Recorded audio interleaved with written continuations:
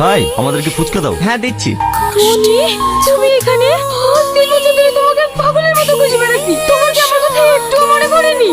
আরে আরে এ কি করছেন আপনি? আপনাকে তো আমি চিনিই নি। ছাড়েন ছাড়েন বলছি, ছাড়েন। এইসব তুমি কি বলছো? তুমি আমাকে চিনতে পারছো না? আমি তোমার সালমা। তুমি কেন আমার ভালোবাসা অস্বীকার করছো? সালমা?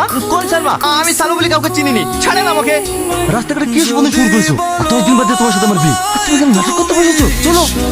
আমি যাবো না, আমি যাবো না। তোমার জীবনে অনেকে পেয়েছি। আমি ছাড়ো। একবার বলো আমাকে ভালোবাসো। ছি ছি ছি ছি, আমার ভাবতে ঘৃণা হচ্ছে। তুই আমার মেয়ে হয়ে সবাই একটু ফুচকা আলাদা ভালোবাসিস? শুধু তাই নয়, ওই ফুচকালার সঙ্গে যা ব্যবহার করেছে না, আমার ভাবতে ঘৃণা লাগছে। ওখান থেকে তো আসতে চাইছিল না, আমি জোর করে নিয়ে এসেছি। আমি ভুল কিছু তো করিনি, ওকে আমি ভালোবাসি, ওকে বিয়ে করতে চাই। বিয়েটাকে হাতের মোয়া ভাবছো নাকি? তুমি যাকে বলবে তার সঙ্গে তোমার বিয়ে দিয়ে দেবো। সামাদ, তোমার আব্বাকে খবর দাও, আমি 1 সপ্তাহের মধ্যে তোমার সঙ্গে ওর বিয়ে দিতে